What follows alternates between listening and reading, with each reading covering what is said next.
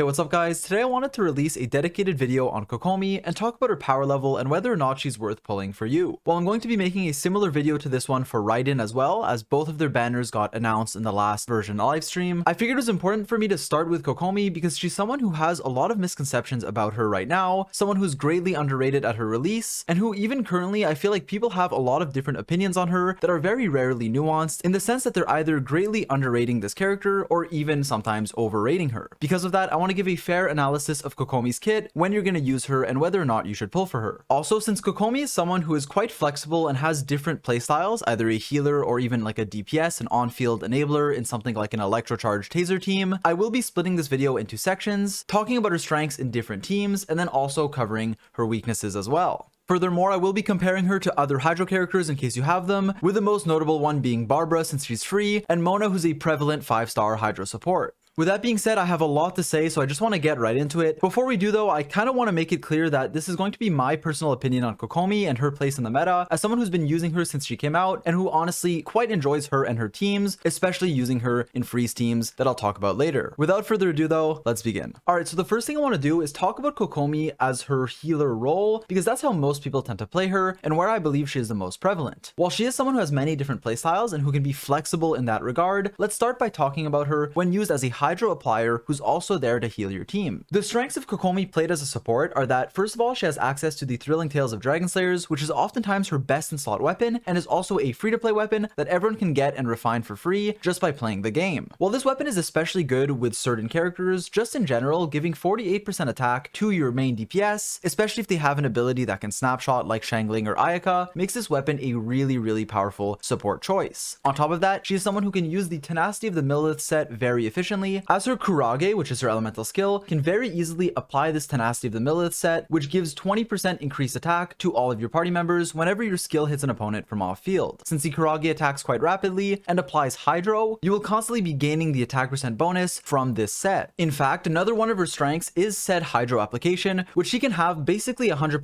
uptime from off field, constantly applying Hydro. The reason for this is because her elemental skill, the Jellyfish, is an ability that you can place and it will constantly be hitting enemies with a Hydro effect that you can reset by using your burst. Because of that, in a support playstyle, while you're not going to be dealing that much damage on Kokomi, you're not going to be using her auto attacks too much, you can place your Jellyfish, swap characters, and then when your Jellyfish is about to expire, swap back into Kokomi and use your burst, which will fully reset the cooldown because of her passives. This enables reaction-based team comps, such as a very powerful freeze team that is very much meta right now. Before I go into more detail on Kokomi in these teams and her strength versus other Hydro characters, I do want to talk about her healing for a little bit. When she's played in this role, you typically get healing from her elemental skill just by placing it down and standing next to it. A high investment Kokomi can easily heal your team and give you more than enough healing. That being said, it's not the most healing of any character, especially if you're just using her skill, but when you pick a powerful healer for your team, you're not really picking them for how much healing they give. You just want enough healing and more utility, more damage, more anything else that makes them more useful and valuable to your team. The reason why Bennett is such a broken unit isn't because he heals the most, but it's because he gives your team so much damage through his elemental burst. Similarly for Kokomi, her skill will heal you enough while also providing you with Hydro application, the Thrilling Tales of Dragon Slayers, and the Tenacity of the Millith set. Regarding the Ocean-Hued Clam set and Kokomi's damage, because I haven't really talked about it too much, that is especially good for a different type of playstyle where you're on field with Kokomi in, as I said, a Taser or Electrocharge team, which I'll talk about later in the video. As a healer though, while your damage won't shine as much since you're mainly using your burst for the elemental skill reset, that's a playstyle that I've been advertising since she first came out, but a lot of people in my opinion played her incorrectly as a support, which made people like her even less. The fact that she can just press her E and then swap, and then come back and use her burst to reset the duration, makes her not take too much time to set up, and allows you to DPS on your carries quite efficiently, while also applying Hydro. Now, while this is a different playstyle than many players choose to run, who will use her as an on-field auto attacker, it is typically optimal to play her as such as a healer, whereas if you're spending time on-field auto attacking, that's when the Ocean-Hued Clam set will be better. Now, moving on to talk a bit more about her healing, as I previously mentioned, she does heal enough. As you can see from the footage on screen from my not even optimized Kokomi, who could have higher talent levels and could even be level 90 if I wanted more healing,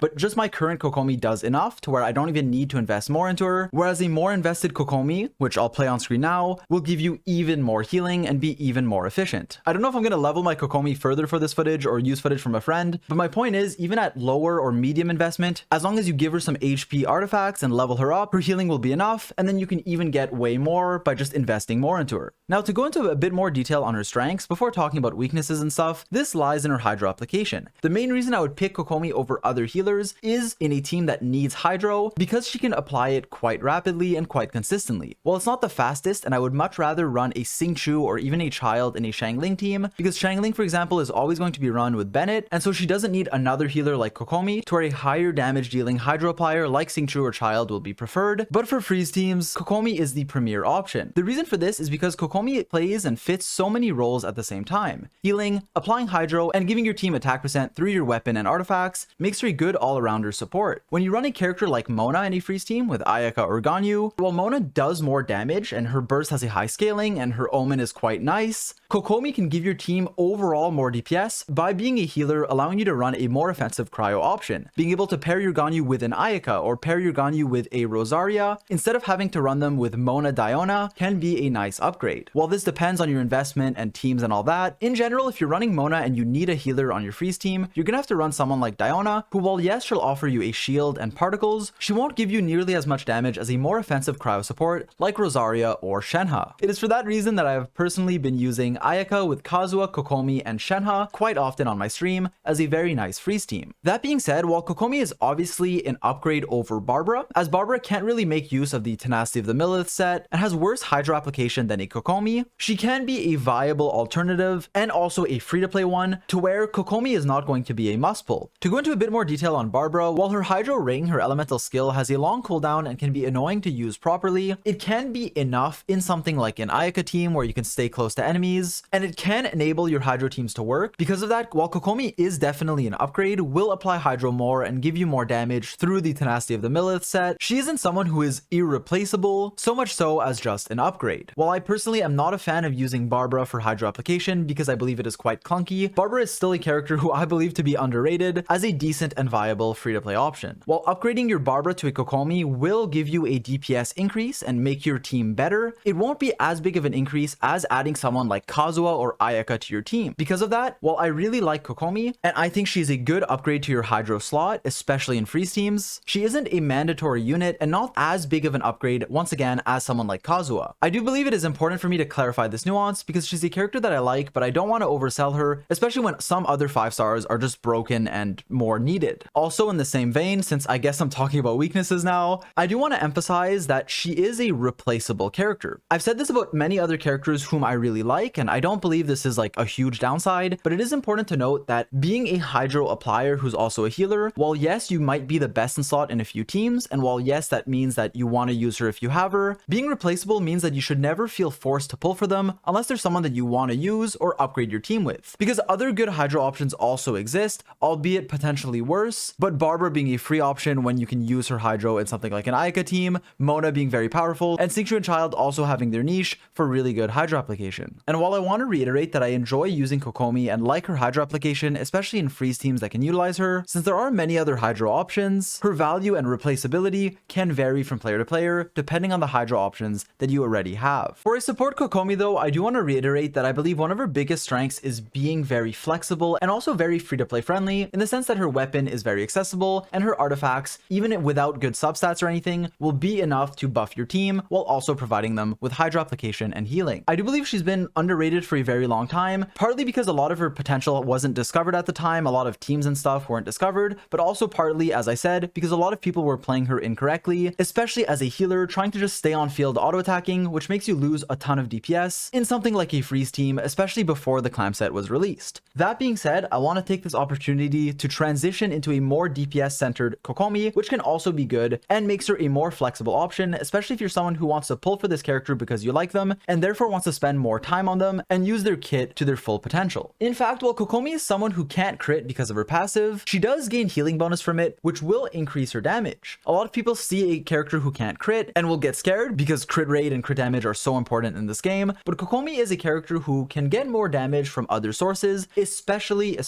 with the release of the Ocean-Hued Clam set. What this set does is convert your healing into damage. The more healing you do, the more damage this bubble deals by popping and dealing physical damage. Kokomi is someone who can cap out the bubble, dealing a pretty decent chunk of damage that can even be amplified if you're using a reaction such as Superconduct. Because of this, a new Kokomi playstyle is opened up, one that was used before the set came out, but that has been greatly buffed since it did. I am of course talking about a Taser team, which you guys are going to see footage of, which consists of spamming the electrocharge reaction, using Kokomi as an on-field auto-attacker with very powerful off-field supports such as Beidou, Fischl, and Xingqiu. While this team has many different options that you can use, such as Sucrose, Zhongli, Chi-Chi, and even Barbara, Kokomi is a very powerful one who will stack the Ocean-Hued Clam set while also attacking rapidly, applying Hydro, enabling electrocharged, and your off-field supports or off-field DPSs to shine through their bursts. While before this set came out, you could use something like the Heart of Depth set, which is still viable. The Ocean-Hued Clam set provides you with a nice boost in AoE damage, which makes Kokomi even better in this team. That being said, as with support Kokomi, while she is flexible, she is replaceable. I mentioned other options to this team, especially someone who like Sucrose, who offers you the highest DPS with the Viridescent Venerer set. But if you do want a healer, because typically this team relies on damage reduction from Xingqiu and Beidou, and Xingqiu's Rain Swords, which just heal a small amount, Kokomi can come in as a premier option, giving you a significant boost in healing, while also being good damage, albeit not quite as high as Sucrose. While some characters will give you flat out more damage like Xingqiu or Child if you can use them in say Shangling team, for freeze teams especially, Kokomi can be a premier option, while also being viable in many other teams that I mentioned earlier, and some more advanced ones like the Sucrose Ketchum comp or the Sukokomin that is quite complicated but can work quite well. Kokomi is a character who I personally really enjoy and who I can recommend if you want an upgrade to your Hydro character, especially depending on who you already have and what teams you're running. All in all, I hope I did a good job at giving you guys an honest review on Kokomi and telling you why I believe she's typically underrated. Although people have very polarizing opinions on her, I feel there's like no nuance in like YouTube comments that I read on Kokomi. People either super underrate or overrate her, and I tried to give you guys both sides, as I personally use her a lot as a good off-field Hydro applier, a healer, and a source of attack percent, while also recognizing that she is replaceable. There's other good Hydro options that might not be as good as Kokomi, but still viable, especially depending on the Hydro characters you have, like if you have, for example, a Mona. And so those are my thoughts on Kokomi, a pretty cheap character to build, quite free-to-play friendly as well, and can fit many different teams as a flexible slot. I don't want to repeat myself, so I'm going to leave it at that. If there's anything I want to add, it will be in a pinned comment. I hope this helped you decide on the strength of this character and whether or not you're going to pull for them, and just clarifying my position on her as I've gotten more and more fond of this character since she came out. If this video helped you out, feel free to like and subscribe because it means a lot to me. Follow me on Twitch if you want to catch me live, as I do stream most nights, link in the description if you're interested, and stay tuned for a similar type of video for Raiden Shogun, as it should be out relatively soon. And so yeah, as always, thanks for watching, and I'll catch you guys in the next one. Peace. Alright, I kind of just noticed that while talking about Kokomi, my HP looked really low because I had like the wrong artifacts and stuff, but you're not allowed to judge me.